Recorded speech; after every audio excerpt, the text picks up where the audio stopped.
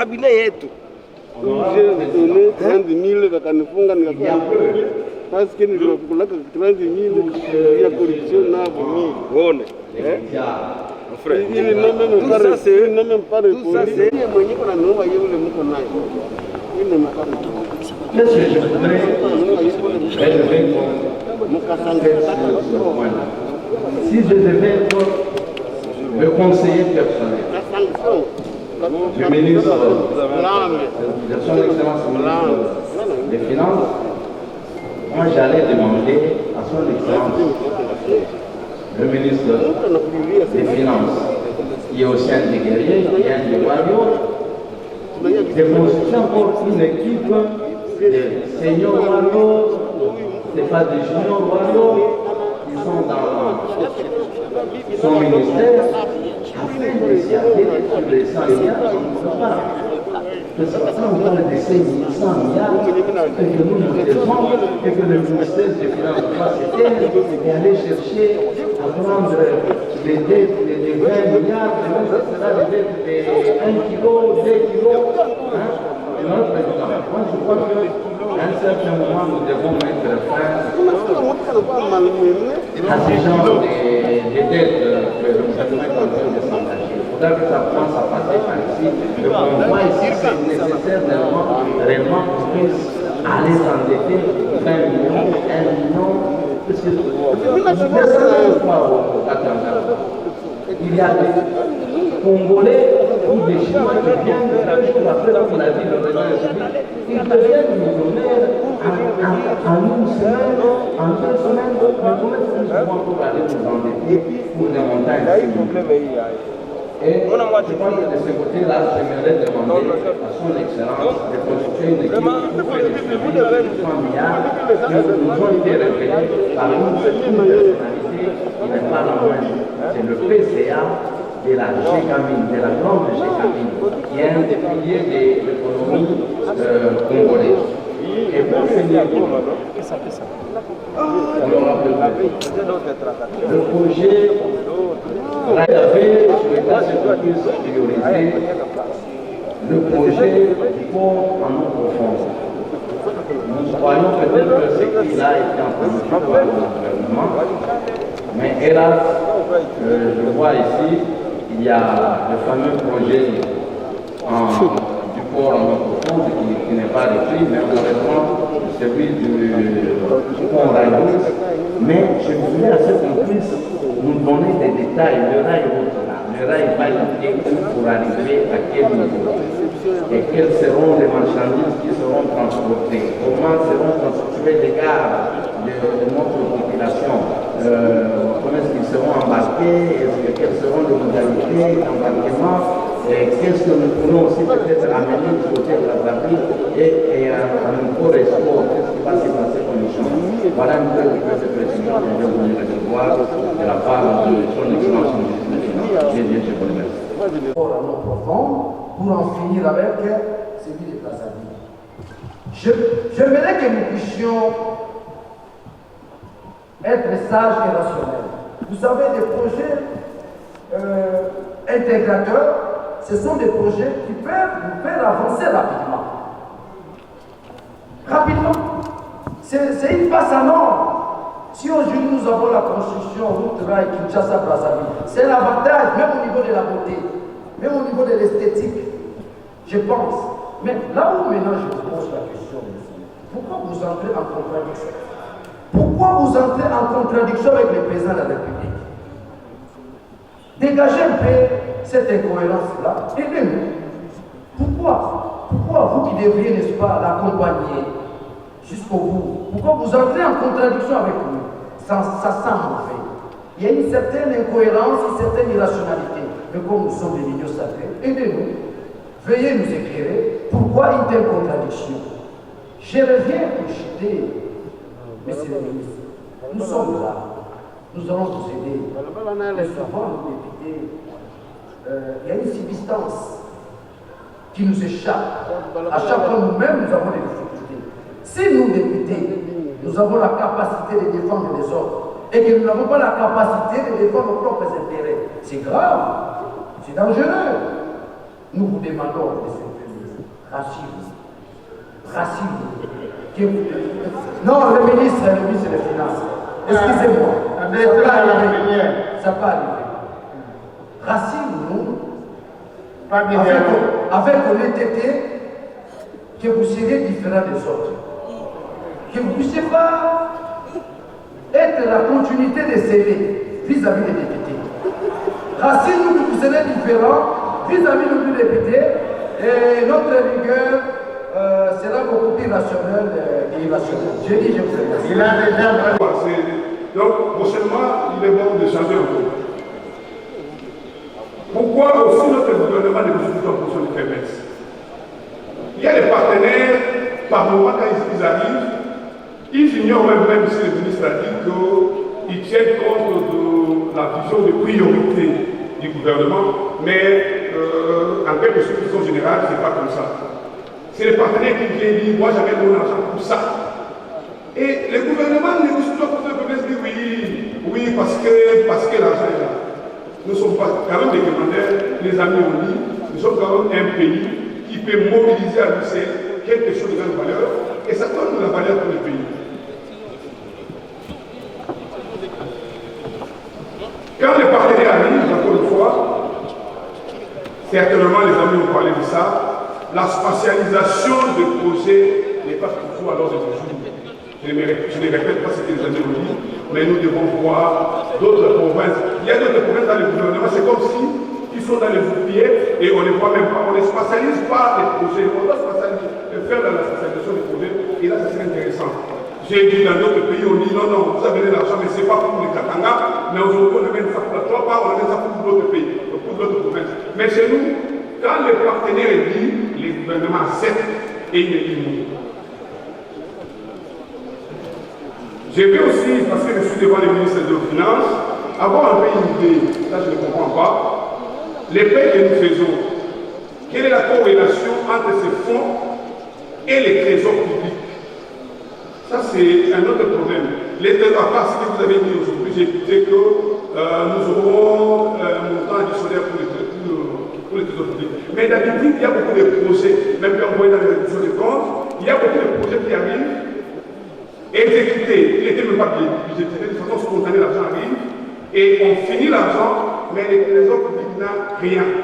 Est-ce qu'il n'y a pas un mécanisme où nous devons, même dans les fonds qui viennent, comment nous pouvons arriver à fonctionner quelque chose dans les trésors publics? C'est encore une question qui me vient et j'ai besoin de vos explications. De changement, nous l'espérons, de mettre les questions qui sont à l'ombre au clair. La première question, c'est la dette. Notre dette aujourd'hui s'élève à combien? C'est parce qu'en 2005 et 2006, nous avions négocié l'effacement de cette dette. Et c'est ce qu'on a appelé l'initiative PPT et pays pauvres et très endettés. Cela a été fait. Mais si vous voyez la vitesse à laquelle nous avons encore repris avec des dettes de 2006 jusqu'à aujourd'hui, c'est une vitesse qui fait peur. À telle enseigne que nous votons, nous autorisons les ratifications des dettes, mais nous ne savons pas à quel niveau nous sommes aujourd'hui. Nous risquons de se retrouver à un niveau plus que la fois passée, plus que le niveau de la Deuxième République. Donc il faut que nous fassions attention, c'est parce que toutes les dettes que nous prenons, c'est les générations futures qui vont payer, alors que les générations futures aujourd'hui ne sont pas préparées. Voilà, tous les jeunes sont au chômage. Tous les jeunes que nous diplômons des universités, des établissements supérieurs, universitaires et techniques sont sur la rue. Donc c'est cette génération-là qui est sur la rue qui va porter le poids de cette dette. Nous devons savoir d'abord la dette. Des deux, la question de la répartition des dettes, de cette dette selon les aires géographiques de la République. Et comment cette dette est répartie. Et de trois, du côté des projets. Les projets que nous votons, que nous autorisons à ratifier ici, généralement ne sont pas des projets innovateurs. Ce sont des projets qui nous mettent toujours dans la situation de dépendance. Alors il faut que le gouvernement soit créatif, qu'il puisse négocier des prêts si des projets qui seront novateurs, les projets qui vont permettre à la République de produire et de se prendre elle-même en charge. Alors, l'exemple, si vous voyez par exemple le projet d'eau, adduction d'eau dans la ville de Kinshasa, j'ai essayé de vérifier rapidement dans ma bibliothèque le matin. De 2006 jusqu'à aujourd'hui, 12 accords de projets sur l'eau à Kinshasa. Quelle est la situation de l'eau à Kinshasa aujourd'hui? C'est catastrophique. Il n'y a pas d'eau dans toutes les communes, dans tous les quartiers, même dans la Gombe. Il n'y a pas d'eau. Et est-ce que doit-on toujours continuer à autoriser de grosses sommes où il n'y a pas d'évaluation? Non. Cette fois-ci, le nouveau gouvernement, doit évaluer la question, doit savoir l'argent que nous avions mis à tel projet a produit quoi? Qu'est-ce qu'il a produit? Est-ce que cet argent a ramené à l'amélioration des conditions de vie de ces populations? Sinon, nous allons continuer à voter des accords ou en fait à autoriser des prêts, des dettes, où le résultat sera toujours médiocre et que le fonds va toujours prendre d'autres chemins que les chemins auxquels le peuple aspire. Voilà notre inquiétude et c'est pour ça que nous voulons que prochainement, quand le ministre va venir ici, qui nous amène d'abord la situation sur l'état de notre dette à la date d'aujourd'hui, de deux, qui nous amène le tableau de répartition de ces dettes, et de trois, qui nous amène un travail d'évaluation. Ainsi, l'exécution de chaque dette et de chaque montant que nous avons devoir autoriser. Et enfin, qu'on cesse quand même à prendre des dettes qui ridiculisent le pays. S'ils prennent une dette de 10 millions de dollars, alors qu'il y a des gens qui se promènent dans Kinshasa avec 10 millions en poche. Là, ce n'est pas honorer le pays. Nous sommes d'accord pour des dettes, pour des projets innovateurs, mais que ce soit des dettes qui concernent l'argent que la République manque. Voilà l'essentiel de l'assistance que nous avons voulu demander au ministre. Merci. La construction de routes rails qui nous relie avec la République du Congo. On a parlé aussi du problème de l'adjudication d'eau au niveau de l'ozone et on a parlé aussi de beaucoup de choses. Les prêts qu'on a consentis, pour nous, nous avons compris que c'est bien de les faire. Mais il faut voir, quand vous consentez un prêt, le prêt là doit avoir quelque chose. Par exemple, il y a un déséquilibre au niveau de la population, de l'Est à l'Ouest. À l'Est, la population vit un peu mieux par rapport à celle de l'Ouest. Nous avons compris que beaucoup de prêts consentis par les gouvernements sont orientés du côté l'Est, alors que la population du côté l'Ouest est encore plus pauvre que celle de l'Est. Deuxièmement, on a parlé des problèmes des ponts rails. Les ponts rails, la route rail là qui va nous relie avec la République du Congo, nous avons compris que ces ponts ne peuvent pas venir en aval. Donc ça peut venir en aval, pas en amont.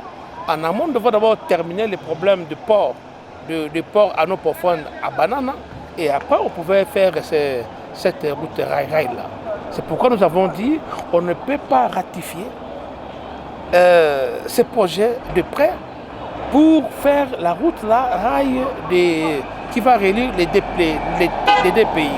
Nous privilégions que le gouvernement fasse l'effort pour qu'on puisse terminer d'abord avec notre port à nos profondes de Banana avant de construire cette route rail. Voilà. Vous ne pensez pas que les ports, ça sera pour nos intérêts? Comprendre ça bien, ce n'est pas mauvais. Nous devons d'abord commencer par avoir quelque chose qui est de nous. Parce que lorsque nous faisons le pont route rail, qui va aller jusqu'à Pointe-Noire, et nous allons appauvrir notre douane ici, parce que maintenant tout le monde va aller dédouaner à Pointe-Noire. On est dédouaner ici dans notre port, à nos profondes. Tout le monde va aller à la douane et nous faisons fuir notre recette. C'est que nous ne voulons pas qu'on puisse d'abord faire ces ponts. Avant de faire cela, faisons d'abord notre port à nos profondes pour permettre à ce qu'il y ait un renflux des recettes au niveau de la douane de notre pays. pouvez... Le projet en soi, il est magnifique. Parce que depuis longtemps, Kinshasa n'a pas connu un tel projet. Coup de chapeau d'abord au gouvernement, à ce nouveau gouvernement. Mais seulement, nous avons relevé certaines infirmités, notamment la spécificité de chaque commune. Chaque commune a ses difficultés. Les difficultés qu'on retrouve à Kisensu, ce n'est pas ça qu'on retrouve en Ngaba, ce n'est pas ça qu'on trouve à Matete et qu'on sort. Mais j'ai dégagé une dimension beaucoup plus importante. Cette combinaison Kisensu-Matete. Kisensu n'étant pas une commune urbanisée, Kisensu étant une commune qui gère à la fois 5 têtes érosives, Kisensu étant cette commune-là qui n'a pas de route interne. Et à chaque fois qu'il y a des eaux de Kisensu, le déverser à Matete. À ce moment-là, tout ce qu'on pourra produire comme travail au niveau de Matete aura un sens. Si aujourd'hui on veut réhabiliter Matete, Matete qui jadis était considéré comme étant la commune la mieux urbanisée, si on veut commencer par Matete, ça serait un travail inutile. On doit commencer par Kisensu. C'est-à-dire quoi? On commence d'abord par poser les a priori, canaliser les eaux de Kisensu, de canaliser vers la rivière Njili, dans ce sens-là. Là, automatiquement, on aurait fait un bon travail en protégeant Matete. Si on arrive à aménager Matete, sans pour autant tenir compte de Kisensu, on aurait réalisé un travail nul. Je prends Ngaba, je prends Mombele, les communes qui n'ont pas été urbanisées depuis l'époque de Mobutu, pourrions profiter, n'est-ce pas, de ces projets, qu'on arrive à urbaniser les communes non urbanisées. Je prends Lemba, il se pose un problème de canalisation d'eau, il se pose un problème de routes internes. Donc en un mot, Kinshasa est en voie de disparaître. Coup de chapeau avec ces projets, Kin et Lenda, ça pourra, n'est-ce pas, nous avantager que Kinshasa puisse retrouver, n'est-ce pas, sa belle figure qu'on a connue, Kinshasa Kin la belle, dans ce sens. Et je suis allé plus loin, la sensibilité, n'est-ce pas, provinciale. Les uns les autres diront, il est tribal, je ne suis pas tribal, je suis attaché, n'est-ce pas, à mes origines. Le chef de l'État, dans sa dernière adresse, il a promis à la nation que nous allons commencer par les projets des ports en eau profonde, des bananes, les ports de bananes. Mais d'emblée, il y a contradiction. Le gouvernement vient et dit non, nous commençons par les projets route-rail. Nous ne refusons pas ces projets. C'est merveilleux. Vous savez, tous les projets intégrateurs, ce sont des projets qui nous aident à améliorer tant soit peu notre environnement ainsi que notre communauté. Et nous nous disons, pourquoi une telle contradiction? Que les ministres nous éclairent. Pourquoi? Vous entrez en contradiction avec les chefs de l'État. Au lieu que nous commencions par les ports de bananes, nous commençons par le second projet qui est, n'est-ce pas, route-rail. Et les chefs nous avaient rassurés. Nous allons automatiquement commencer par les ports de bananes. Or, dans ma province, la province, n'est-ce pas, du Congo central, sans les ports, Matadi va disparaître. Sans les ports de Boma, Boma va disparaître. Mes concitoyens vont disparaître. Ils y vivent de ça. Il n'y a pas d'autres unités de production dans le Congo central, notamment dans les agglomérations telles que Matadi et Boma. Matadi et Boma influencent, n'est-ce pas, l'ensemble, n'est-ce pas, de toute une province. Et lorsque le chef de l'État avait promis à son temps que les travaux devraient, n'est-ce pas, commencer par le port de bananes, c'était la fête, c'était la joie auprès des jeunes, auprès de tout le monde, dans ce sens-là. Je crois que mon intervention a une approche à la fois sociologique et scientifique. Elle est sociologique dans la mesure où nous plaidons la cause de nos concitoyens du Congo central. Elle est scientifique lorsque je fais allusion à 5 têtes érosives qui rongent Kisensu. Elle est scientifique lorsque je fais allusion, n'est-ce pas, à la commune de Matete qui, à son temps, était caractérisée comme étant la commune la mieux urbanisée. Voilà ce qui a été l'objet de mon intervention sur les perchoirs. Une intervention avec aisance et avec intelligence. Je crois que ce sont de bons projets, Néanmoins, il y a eu aussi certaines priorités qui ont été évoquées par certains de nos confrères à travers leurs interventions. La plupart de nos collègues auraient aussi préféré à ce qu'on puisse accélérer les travaux du port en eau profonde de Banana au lieu de privilégier, de mettre en priorité cette ratification qui fera que nous puissions ériger un pont sur le fleuve qui pourra relier notre capitale à celle du Congo-Brazza. Mais de mon côté, je tiens quand même aussi d'abord à saluer l'initiative et que nous devons aussi prioriser certains projets en interne, c'est-à-dire savoir comment relier Kinshasa à d'autres provinces.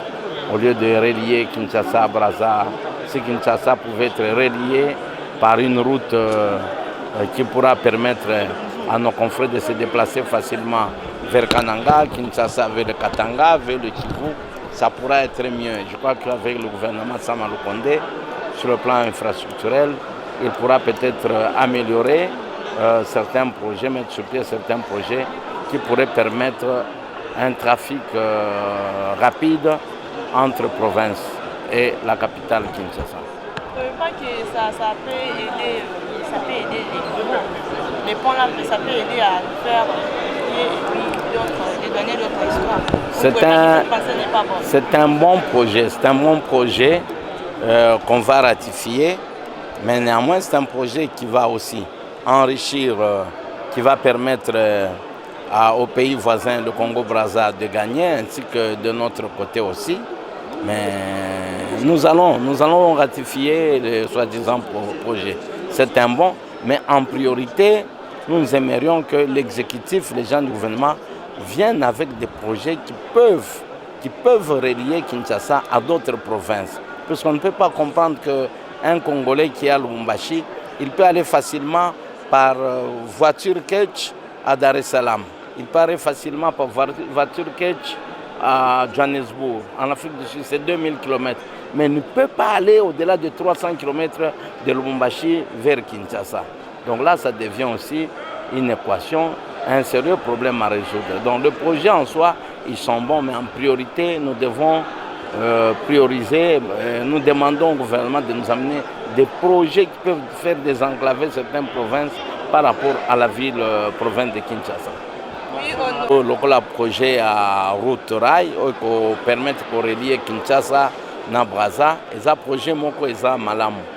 Mais tolingi to booster, to stimuler bandeko na biso ba warrior, bandeko na biso ya gouvernement po ba banda koti ya ba projet oza ekoki ko permettre de désenclaver ba province na biso par rapport à ville province ya Kinshasa capitale.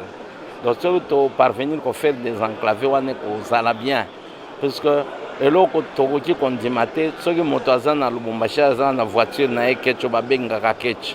So zwi voiture wana okumbi yango okoma na Afrique du Sud na 2000 km, okokoma facilement na Dar es Salaam na 2000 km. Ka voiture en soki ozwi yango de Lubumbashi olingi oya na Kisasa okende même pas au-delà de 300-400 km. Au moment où Kinshasa Lubumbashi est à 2000. Ce que vous avez en voiture, on a dit Makananga, Oyana Kinshasa, et vous savez maintenant. Quand ici, le gouvernement a dit qu'il faut attirer un projet qui a la priorité pour permettre de désenclaver la province Nyonso à Congo par rapport à la capitale Kinshasa.